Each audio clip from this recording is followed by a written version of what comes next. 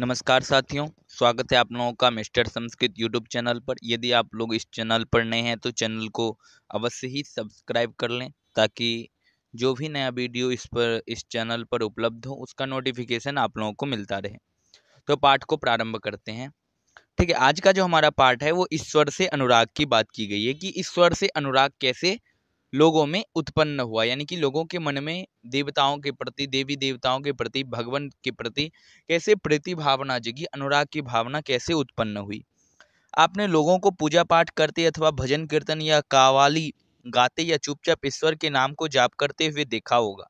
आपने यह भी गौर किया होगा कि उनमें से कुछ तो इतने भाव विभोर हो जाते हैं कि उनकी आंखों में आंसू भर आते हैं।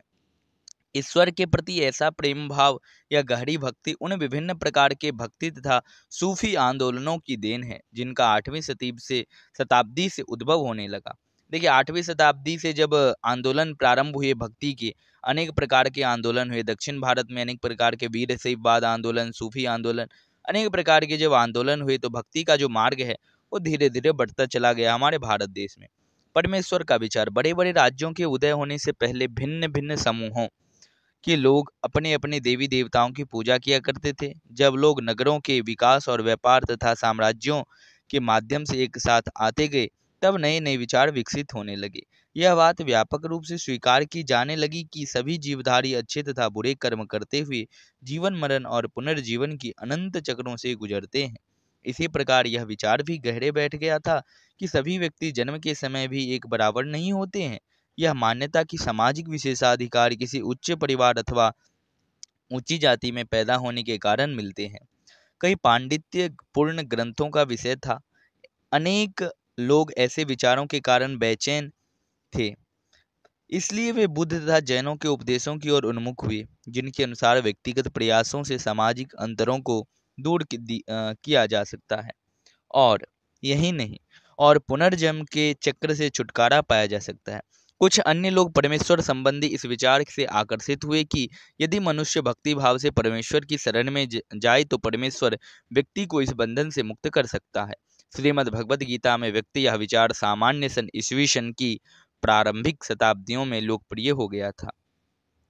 विशद धार्मिक अनुष्ठानों के माध्यम से शिव, विष्णु तथा दुर्गा को परम देवी देवताओं के रूप में पूजा जाने लगा। साथ साथ भिन्न भिन्न क्षेत्रों में पूजे जाने वाले देवों एवं देवियों को शिव, विष्णु या दुर्गा का रूप माना जाने लगा। इसी प्रक्रिया में स्थानीय मिथक तथा किस्से कहानियां पौराणिक कथाओं के अंग बन गए। पुराणों में पूजा की जिन पद्धतियों की अनुशंसा की गई थी, उन्हें स्थानीय पंथों ने भी अपनाया जाने लगा। लोग आगे चलकर पुराणों में भी इस बात का उल्लेख किया गया है कि भक्त भले ही किसी भी जाति पाति का हो, वह सच्ची भक्ति से ईश्वर की कृपा प्राप्त कर सकता है। भक्ति की विचारधारा इतनी अधिक लोकप्रिय हो गई कि बौद्धों और जैन मतावलियों ने भी इन विश्वासों को अपना लिया। देखिए, भक्ति का जो है परंपरा वो प्राचीन काल से ही चलता हुआ आ रहा है, जैसे कि हमारे वेद पुराणों में निहित है। अनेक प्रकार की भक्ति धाराएं वहाँ पे, जैसे शिव भक्ति, देवी भक्ति, अनेक प्रकार की विष्णु की उपासना, अनेक प्रकार का उपासना प्राचीन काल से हुए चलता ही आ रहा है। और ये उपासना लोग इसलिए करते थे प्राचीन काल में, ताकि हमें जो है ये जो जन्म मरण की जो चक्र है, जो जन्म मृत्यु का जो चक्र है, इस चक्र से हमें छुटकारा मिल जाए, अर्थात हमें मोक्ष की प्राप्ति हो। इस कारण लोग भक्ति का मार्ग चुनते थे। यानी कि अंतिम समय में हालांकि लोगों में इतनी प्रीति थी भक्ति के लिए, ईश्वर के प्रति इतना अनुराग था कि मतलब वो किसी भी जाति का हो, किसी भी कोई भी जाति हो उसका, लेकिन ईश्वर के प्रति एक अनुराग रहता था। ठीक है, दक्षिण भारत में भक्ति, नयनार और अलवार। देखिए, दक्षिण भारत में जो भक्ति का कुछ मार्ग था उसमें नयनार और अलवार, ये जो दो थे, इनके क्या योगदान थे और ये किस भक्ति यानी कि किस धर्म से जुड़े हुए थे, कैसी देवी देवताओं का ये उपासना करते थे, इनके बारे में दिया हुआ है। 7वीं से 9वीं शताब्दी के बीच कुछ नए धार्मिक आंदोलनों का प्रादुर्भाव हुआ। इन आंदोलनों के नेतृत्व नयनारों, शैव संतों और अलवारों, वैष्णव संतों ने किया। ये संत सभी जातियों के थे, जिनमें पुलैया और पनार जैसी अस्पृश्य समझी जाने वाली जातियां के लोग भी शामिल थे। देखिए, दक्षिण भारत में जो ये आंदोलन हुआ था, इस आंदोलन में, ठीक है ना, ये धार्मिक आंदोलन में जो है नयनार और अलवार, नयनार किसे कहा जाता है, शैव को, और अलवार किसे कहा जाता है, वैष्णव संत को। नयनार, नयन, इसको सामान्य ट्रिक से समझें तो नयन, शिव के कितने नयन है? त्रिनेत्र है ना, तो इसलिए नयनार, नयनार मतलब शिव, और अलवार, अलवार मतलब विष्णु। ठीक है, इस प्रकार से नयनार जो है शैवा थे और अलवार जो है वैष्णव थे। अस्पृश्य समझे जाने वाले, और इस आंदोलन में हर एक प्रकार की जातियां इसमें शामिल थे, चाहे वो छोटी जाति हो या बड़ी जाति हो। बौद्धों और जैनों के कटु आलोचक आलोचक थे और शिव तथा विष्णु के प्रति सच्ची प्रेम को मुक्ति का मार्ग बताते थे। उन्होंने संगम साहित्य, तमिल साहित्य का प्राचीनतम उदाहरण और सामान्य सन यानी ईसवी सन की प्रारंभिक शताब्दियों में रचित में समाहित प्यार और सूरवीरता के आदर्शों को अपनाकर भक्ति के मूल्यों में उनका समावेश किया। नैनार और अलवार धुमक्कर साधु संत थे, घुमक्कर साधु संत थे। वे जिस किसी स्थान या गांव में जाते थे, वहाँ के स्थानीय देवी देवताओं की प्रशंसा में सुंदर कविताएं रचकर उन्हें संगीतवत कर दिया करते थे। ये देखिए, ये जो नयनार और अलवार थे, शैव भक्त कौन थे? नयनार। और अलवार कौन थे? वैष्णव भक्त। तो ये जो दोनों थे, ये बौद्ध और जैन के कटु आलोचक थे। और इनका पुलैया और पनार, ये अस्पृश्य जाति जो कहते हैं, छोटी जाति, ये भी इसमें शामिल थे। और इनका मुख्य उद्देश्य था कि लोगों के प्रति, जो भी लोग इस जगत में रहते हैं, उनके अंदर एक ईश्वर के प्रति भक्ति भावना कैसे जागृत करनी है, ये जितने भी इस समूह में लोग होते थे वो करते थे। और ये घुमुक्कर होते थे, घुमक्कर यानी कि एक स्थान पर नहीं रहते थे, हर एक स्थान पर जाते थे और लोगों को ये संदेश देते थे। यदि कहीं पे कोई देवी देवता दिखे तो संगीतवत एक बहुत सुंदर सुंदर कविताएं भी रचकर उन्हें संगीतवत कर दिया करते थे। नैनार और अलवार, देखिए इसमें कुछ नैनार और अलवार के बारे में दिया गया है, इसको देख लेते हैं। कुल मिलाकर 63 नैनार ऐसे थे जो कुम्हार, अस्पृश्य, कामगार, किसान, शिकारी, सैनिक, ब्राह्मण और मुखिया जैसी अनेक सामाजिक पृष्ठभूमि में पैदा हुए थे। उनमें सर्वाधिक प्रसिद्ध थे अप्पार, सबंदर, सुंदरार और मणिक्व सागर। ये जो 4 नैनार थे, टोटल 63 नैनार थे, उसमें जो ये 4 थे, अप्पार, सबंदर, सुंदरार और मणिक्व सागरा, उनके गीतों के 2 संकलन है, तेवरम और तिरुवाचकम। इनके जो 2 गीत हैं वो कौन कौन से हैं? तेवरम और तिरुवाचकम। इसमें गीतों का संकलन है, अर्थात इनके द्वारा जो गीत रचित की गई है, जो इनके द्वारा गीत लोगों तक पहुंचाई गई है, वो इन 2 ग्रंथों में निहित है। कौन कौन से ग्रंथ है? तेवरम और तिरुवाचकम। अलवार संत संख्या में 12 थे, और अलवार की यदि बात की जाए तो वो टोटल उनका संख्या जो था 12 था। वे भिन्न भिन्न प्रकार की पृष्ठभूमि से आए थे। इनमें से सर्वाधिक प्रसिद्ध थे पेरी अलवार, उनकी पुत्री अंडाल, तोडर डिपोडी अलवार और नम्मालवार। उनके गीत दिव्य प्रबंधम में संकलित, और अलवार जो है उनका गीत किस में संकलित है? दिव्य प्रबंधम में संकलित है। ठीक है।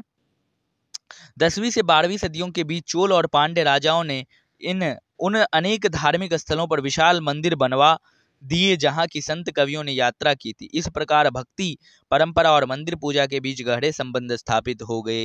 यही वह समय था जब उनकी कविताओं का संकलन तैयार किया गया था। इसके अलावा अलवारों तथा नयनार संतों की धार्मिक जीवनियां भी रची गई। आज हम भक्ति परंपरा के इतिहास लेखन में इन जीवनियों का स्रोत के रूप में उपयोग करते हैं। ठीक है ना। अब देखिए, भक्त और भगवान के बीच में एक सामान्य यहाँ पे मणिक्व सागरा में विहित जो कहा गया है वो देखते हैं। मेरे हाड़ मांस की इस घृणित पुतले में तुम आए जैसे यह कोई सोने का मंदिर हो। मेरे कृपालु प्रभु, मेरे विशुद्ध तम रत्न, तुमने मुझे सांत्वना देकर बचा लिया। तुमने मेरा दुख, मेरा जन्म मृत्यु का कष्ट और माया मोह हर लिया और मुझे मुक्त कर दिया। हे ब्रह्मानंद, हे प्रकाश में, मैंने तुम में शरण ली है और मैं तुमसे कभी दूर नहीं हो सकता। कवि ने भगवान के साथ अपने संबंध का कैसा वर्णन किया है, आप लोग जो है एक बार अवश्य ही कमेंट के माध्यम से बताइएगा। दर्शन और भक्ति, यदि दर्शन और भक्ति की बात की जाए तो उस समय में कैसा था? भारत के सर्वाधिक प्रभावशाली दार्शनिकों में से एक शंकर का जन्म 8वीं शताब्दी में केरल प्रदेश में हुआ, जिन्हें हम शंकराचार्य के नाम से जानते हैं। उनका जन्म जो है 8वीं शताब्दी में केरल प्रदेश में हुआ था। वे अद्वैतवाद के समर्थक थे, जिसके अनुसार जीवात्मा और परमात्मा दोनों एक ही हैं। उन्होंने यह शिक्षा दी कि ब्रह्मा जो एकमात्र या परम सत्य है, वह निर्गुण और निराकार है। शंकर ने हमारे चारों ओर के संसार को मिथ्या या माया माना और संसार का परित्याग करने अर्थात संन्यास लेने और ब्रह्मा की सही प्रकृति को समझने, ठीक है, ब्रह्मा की सही प्रकृति को समझने और मोक्ष प्राप्त करने के लिए ज्ञान के मार्ग को अपनाने का उपदेश दिया। ये जो शंकराचार्य भगवान थे, इन्होंने ये अद्वैत वेदांत के संस्थापक थे। अद्वैत वेदांती ये माने जाते हैं और इनके ये समर्थक थे। इनके द्वारा जो ज्ञान दिया गया, ये कहते हैं कि आत्मा और परमात्मा, जीवात्मा और परमात्मा दोनों एक ही हैं इनके अनुसार जो है। और ये कहते हैं कि हम जो है ये जो जन्म मृत्यु जो हमारा चरण है इससे हम दूर हो सकते हैं। कब? जब ये जो संसार है, ये संसार एक माया है, एक मोह है, जब इसका हम परित्याग करेंगे तो हमें जो है ये जन्म मृत्यु चक्र जो है इससे छुटकारा मिल सकता है, अर्थात मोक्ष की प्राप्ति हो सकती है। वहीं पर दूसरी ओर देखें तो रामानुज, जिन्हें 11वीं शताब्दी में तमिलनाडु में जन्म हुआ था, वे विष्णु भक्त अलवार संतों से बहुत प्रभावित थे। शंकर जो थे, उन्हें शंकर के नाम से जाना जाता है, तो ये कह सकते हैं नयनार संत थे। और ये जो रामानुज थे, ये अलवार संतों से बहुत प्रभावित थे।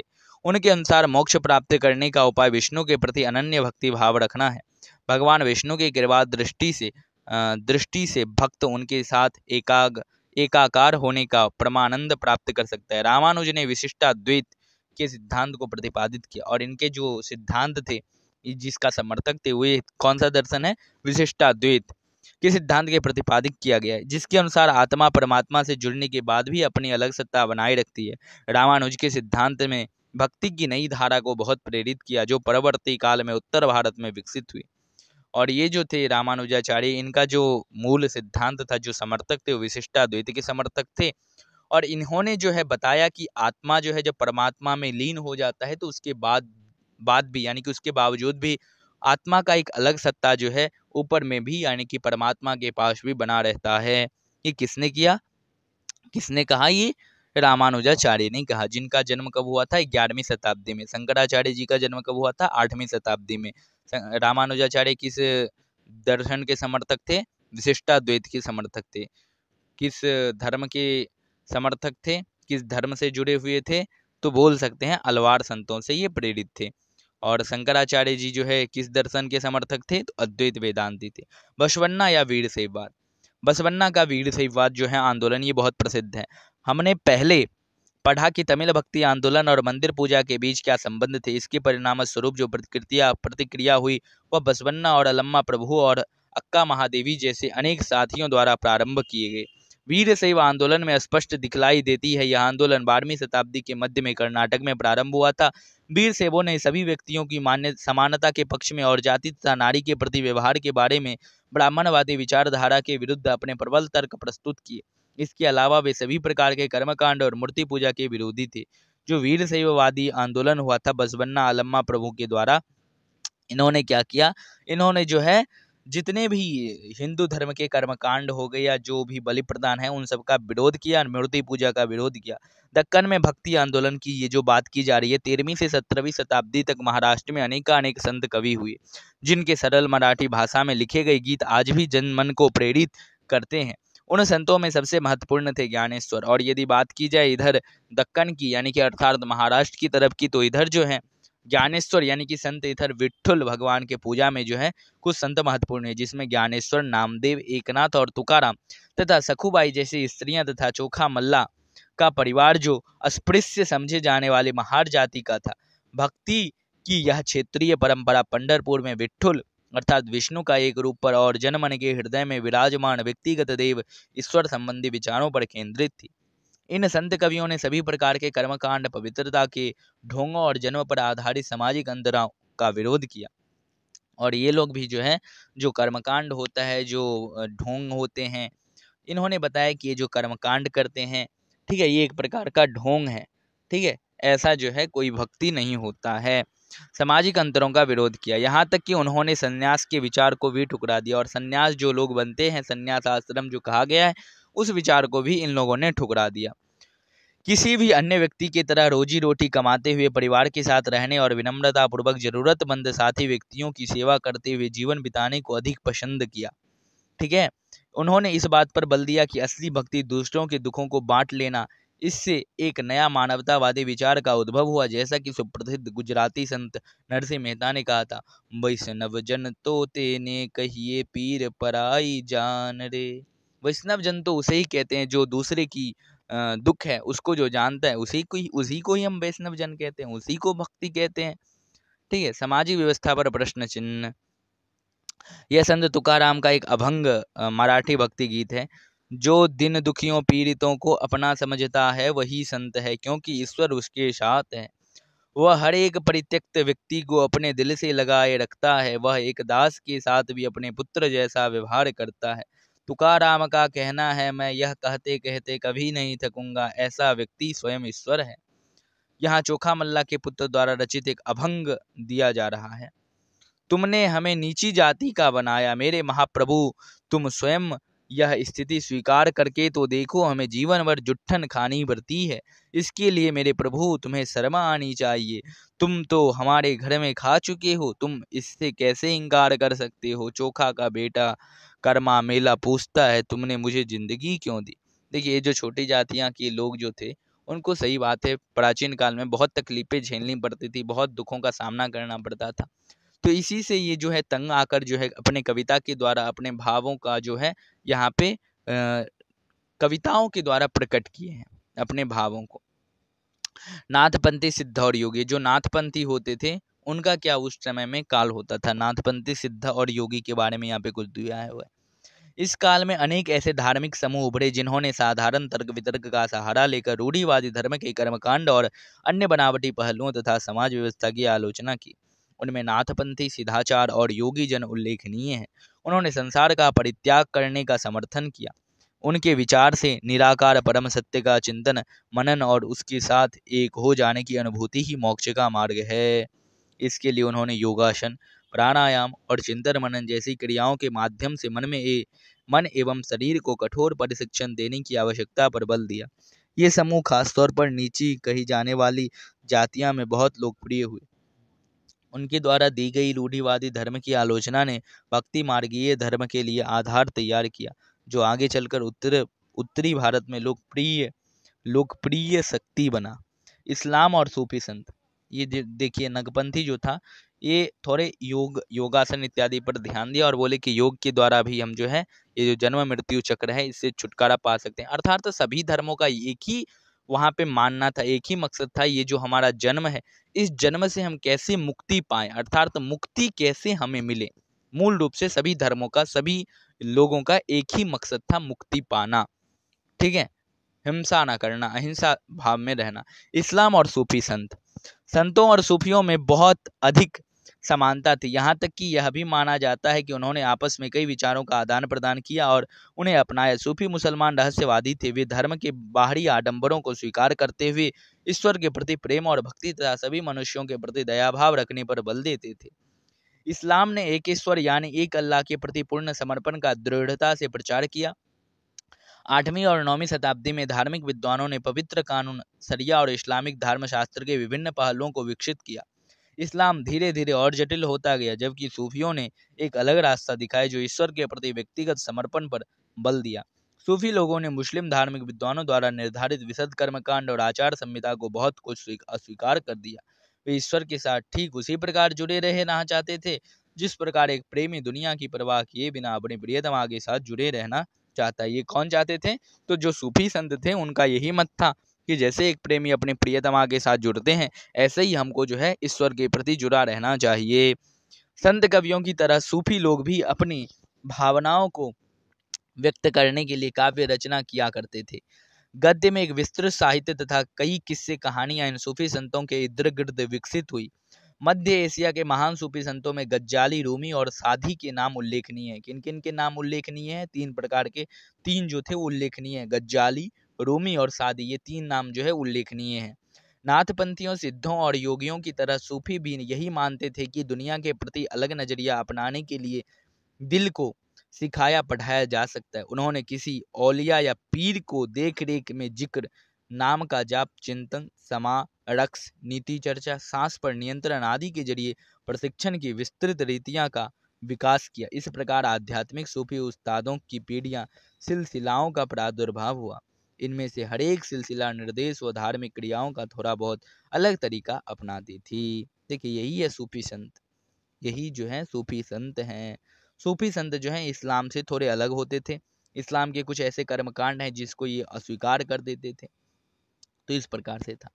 11वीं शताब्दी से अनेक सूफी जन मध्य एशिया से आकर हिंदुस्तान में बसने लगे थे। दिल्ली सल्तनत की स्थापना के साथ यह प्रक्रिया उस समय और भी मजबूत हो गई, जब उपमहाद्वीप में सर्वत्र बड़े बड़े अनेक सूफी के अंदर विकसित हो गए। चिश्ती सिलसिला इन सभी सिलसिलाओं में सबसे अधिक प्रभावशाली था। इसमें औलियाओं की एक लंबी परंपरा थी, जिसे अजमेर की ख्वाजा मईनुद्दीन चिश्ती, दिल्ली की कुतुबुद्दीन बख्तियार काकी, पंजाब के बाबा फरीद, दिल्ली की ख्वाजा निजामुद्दीन औलिया और गुलबर्ग के बंदा नवाज गिसूद राज सूफी संत अपने खानकाहों में विशेष बैठकों का आयोजन करते थे। ये जो खानकाह है, खानकाह में ये आयोजन करते थे, ठीक है ना। जो विशेष कोई ऐसा प्रसंग आता था तो उसका जो है इस खानकाह में ही आयोजन किया जाता था। सभी प्रकार के भक्तगण, जिनमें शाही घरानों के लोग तथा अभिजात और आम लोग भी शामिल होते थे, इन खानकाहों में आते थे। वे आध्यात्मिक विषयों पर चर्चा करते थे, अपनी दुनियादारी की समस्याओं को सुलझाने के लिए संतों से आशीर्वाद मांगते थे, अथवा संगीत तथा नृत्य के जलमों में ही शामिल होकर चले जाते थे। अक्सर लोग यह समझते थे कि सूफी औलियाओं के पास चमत्कारिक शक्तियां होती है, जिनसे आम लोगों को बीमारियां और तकलीफों से छुटकारा मिल सकता है। सूफी संत की दरगाह एक तीर्थ स्थल बन जाता था, जहां सभी ईमान धर्म के लोग हजारों की संख्या में इकट्ठे होते थे, ठीक है। मलिक प्रभु की खोज, देखिए मलिक प्रभु के बारे में कुछ यहाँ पे दिया हुआ है। जलालुद्दीन रूमी 13वीं सदी का महान सूफी शायर था। वह ईरान का रहने वाला था और उसने फारसी में काव्य रचना की। उसकी कृति का एक उद्धरण प्रस्तुत है। वह ईसाइयों की सूली पर नहीं था। मैं हिंदू मंदिरों में गया, वहाँ भी उसका कोई नामो निशान नहीं था। ना तो वह ऊंचाई में मिला, ना ही खाइयों में। मैं मक्का के काबा भी गया, वह वहाँ नहीं था। मैंने उसके बारे में दार्शनिक एविसन्ना से पूछा, वह एविसन्ना की पहुंच से परे था। मैंने अपने दिल में झांका, यही उसकी जगह थी, वहीं मैं उसे पाया, वह और कहीं नहीं था। सही बात है, भगवान जो है हमारे पास है। हम झूठ में कहीं मंदिर, मस्जिद इत्यादि स्थानों पे जाते हैं। यदि हम अपने अंदर में झांके, अपने मन में झांके, तो जो भगवत की प्राप्ति है, जो भगवान है, जो ईश्वर है, वो अंदर ही है। और यदि मैं अंदर मन से यदि आप लोग उपासना करते हैं तो ईश्वर वहीं पे है। उत्तर भारत में धार्मिक बदलाव, दक्षिण भारत में तो आपने देखा नैनार अलवाल, भीड़ से विवाद आंदोलन। अब उत्तर भारत के विषय में थोड़ी रुक करते हैं। 13वीं सदी के बाद उत्तरी भारत में भक्ति आंदोलन की एक नई लहर आई। यह एक ऐसा युग था जब इस्लाम, ब्राह्मणवादी, हिंदू धर्म, सूफी मत भक्ति के विभिन्न धाराओं ने और नागपंथियों, सिद्धों तथा योगियों ने परस्पर एक दूसरे को प्रभावित किया। हमने देखा कि राज्यों का उद्भव हो रहा था और लोग अपने लिए नए नए व्यवसाय और नई नई भूमिकाएं खोज रहे थे। ऐसे लोग, विशेष रूप से शिल्पी, कृषक, व्यापारी और मजदूर, इन नए संतों के विचारों को सुनने के लिए इकट्ठे हो जाते थे। फिर वे उनका प्रचार करते थे। उनमें से कबीर और बाबा गुरु नानक जैसे कुछ संतों ने सभी आडंबरपूर्ण रूढ़िवादी धर्मों को अस्वीकार कर दिया। तुलसीदास और सूरदास जैसे कुछ अन्य संतों ने उस समय विद्यमान विश्वासों तथा पद्धतियों को स्वीकार करते हुए उन्हें सबकी पहुंच में लाने का प्रयत्न किया। तुलसीदास ने ईश्वर को राम के रूप में धारण किया। अवधि पूर्वी उत्तर प्रदेश में बोली जाने लिखी गई तुलसीदास की रचना रामचरितमानस उनके भक्ति भाव की अभिव्यक्ति और साहित्यिक कृति दोनों की दृष्टिया से महत्वपूर्ण है। देखिए सही बात है, उस समय में जो भक्ति जो कहा जाता है, भक्ति काल के नाम से जाना जाता है। हिंदी साहित्य जब पढ़ेंगे तो उसमें एक भक्ति काल आता है, ठीक है ना। आदि काल, जिसे वीर घाता काल कहते हैं, उसके बाद जो है दूसरा काल आता है भक्ति काल। भक्ति काल को दो भागों में डिवाइड किया जाता है। पहला होता है सगुण भक्ति और दूसरा होता है निर्गुण भक्ति।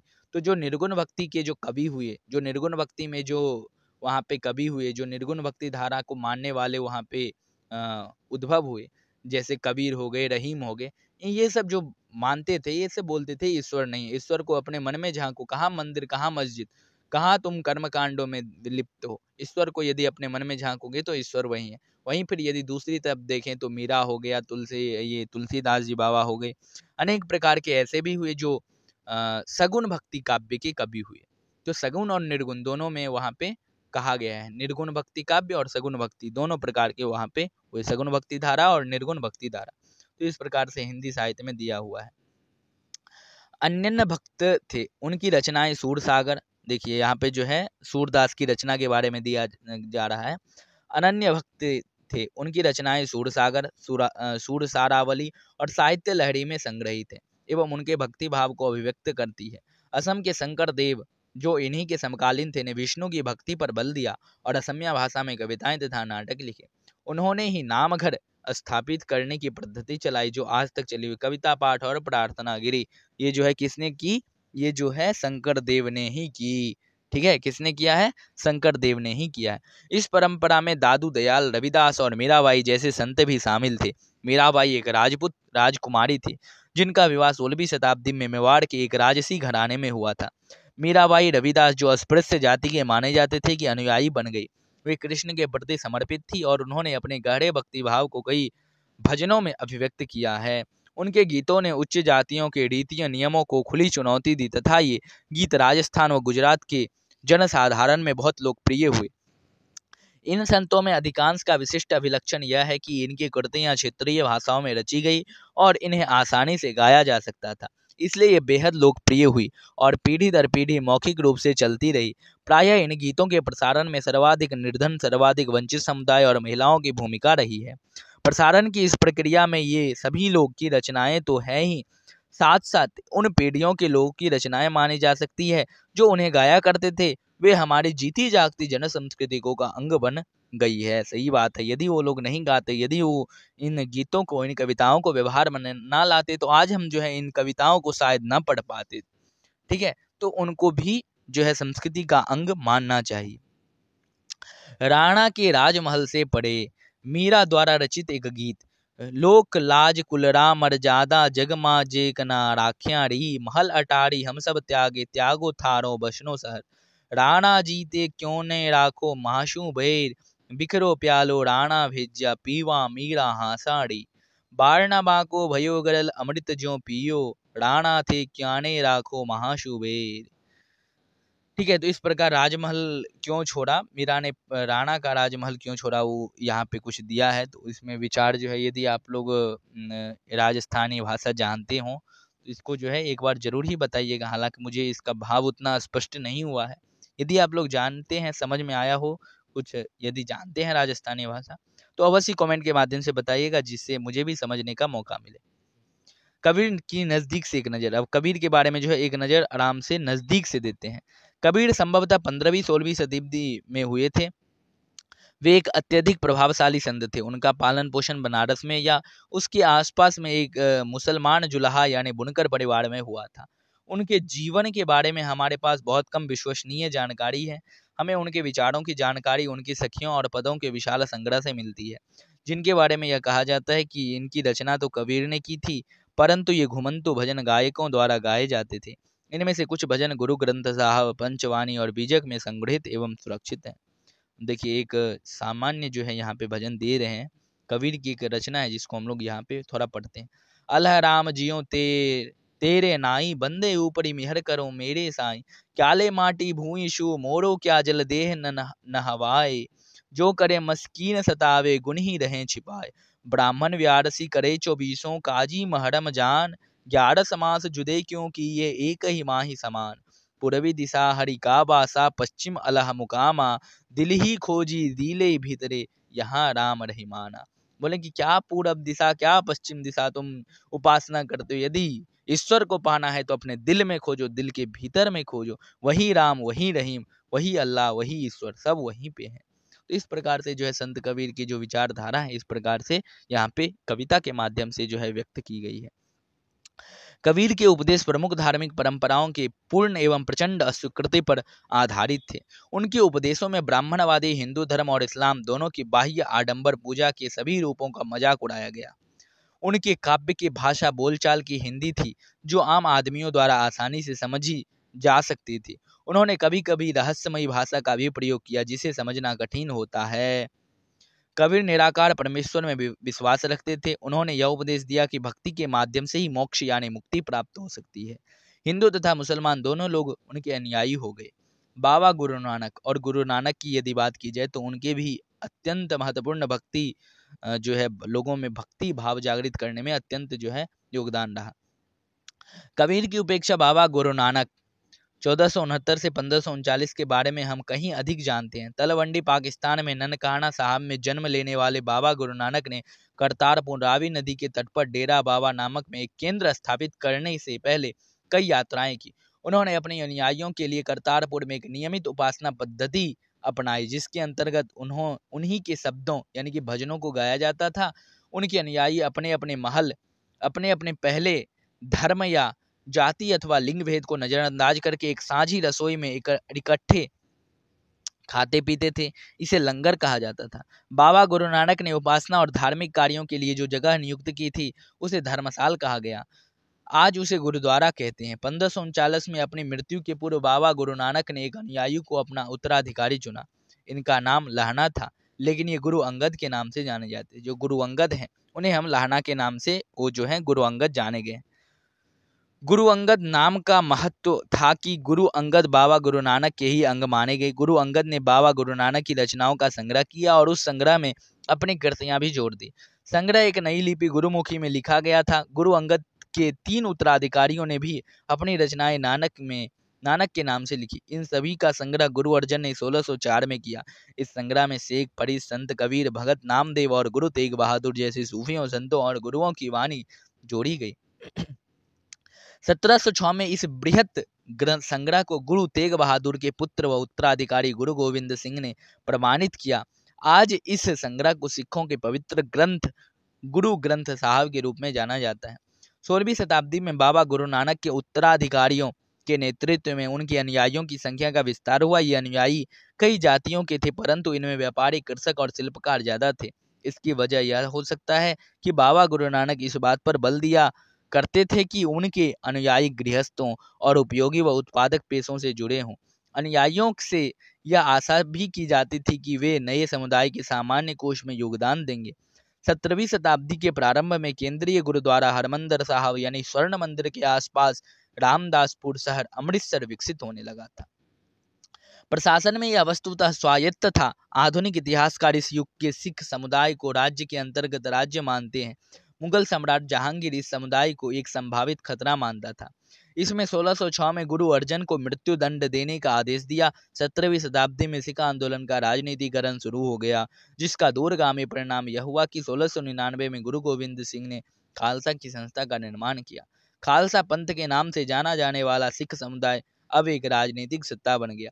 16वीं और 17वीं शताब्दियों की बदलती हुई ऐतिहासिक परिस्थितियों ने सिख आंदोलन के विकास को प्रभावित किया। शुरू से ही बाबा गुरु नानक के विचारों को सिख आंदोलन पर गहरा प्रभाव पड़ा। उन्होंने एक ईश्वर की उपासना के महत्व पर जोर दिया।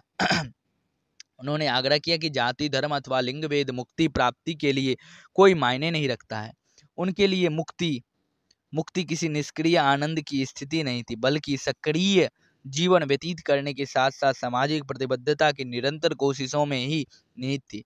अपने उपदेश के सार को व्यक्त करने के लिए उन्होंने 3 शब्दों का प्रयोग किया: नाम, दान और स्नान, यानी कि स्नान। नाम से उनका तात्पर्य सही उपासना से था, दान का तात्पर्य था दूसरों का भला करना और स्नान का तात्पर्य आचार विचार की पवित्रता अर्थात अपने व्यवहार में पवित्रता लाना।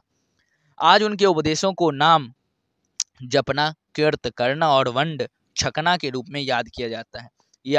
ये अवधारणाएं भी उचित विश्वास और उपासना, ईमानदारी पूर्ण निर्वाह है और संसाधनों को मिल बांटकर प्रयोग करना यानी कि दूसरों की मदद के महत्व को रेखांकित करती हैं। इस तरह बाबा गुरु नानक की समानता के विचारों के सामाजिक राजनीतिक मायने थे।